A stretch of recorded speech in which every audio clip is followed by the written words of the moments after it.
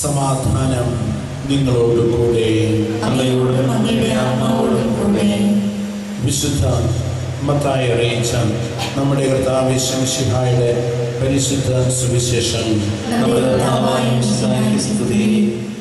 അധ്യായം 5 തിരുവചനങ്ങൾ 17 മുതൽ.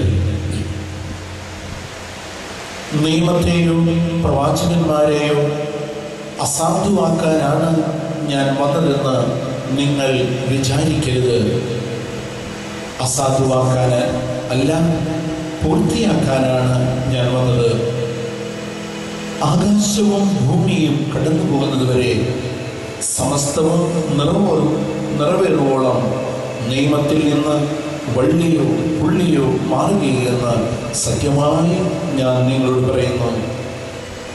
ഈ പ്രമാണങ്ങളിൽ ഏറ്റവും നിസ്സാരമായ ഒന്ന് ലംഘിക്കുകയോ ലംഘിക്കാൻ മറ്റുള്ളവരെ പഠിപ്പിക്കുകയോ ചെയ്യുന്നവൻ സ്വർഗരാജ്യത്തിൽ ചെറിയവൻ എന്ന് വിളിക്കപ്പെടും.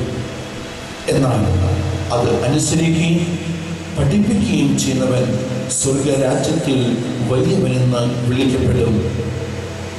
നിങ്ങളുടെ നീതി നിയമത്തിൻ്റെയും ഫരിസേയരുടെയും നീതിയെ അതിശയിക്കുന്നില്ലെങ്കിൽ നിങ്ങൾ സ്വർഗരാജ്യത്തിൽ പ്രവേശിക്കുകയില്ലെന്ന് ഞാൻ നിങ്ങളോട് പറയുന്നു.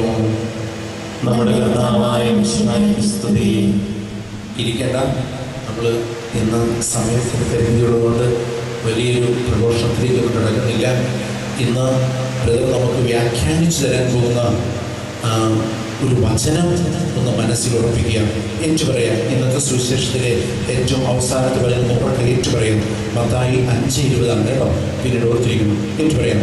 നിങ്ങളുടെ നീതി നിയമജ്ഞരുടെയും ഫരിസേയരുടെയും നീതിയെ അതിശയിക്കുന്നില്ലെങ്കിൽ നിങ്ങൾ സ്വർഗരാജ്യത്തിൽ പ്രവേശിക്കുകയില്ലെന്ന് ഞാൻ നിങ്ങളോട് പറയുന്നു.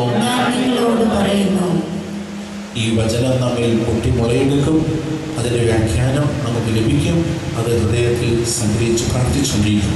നമുക്ക് പ്രാർത്ഥനയിലേക്കും കാഴ്ച നടത്തുന്നതിലേക്കും നമുക്ക് എല്ലാവർക്കും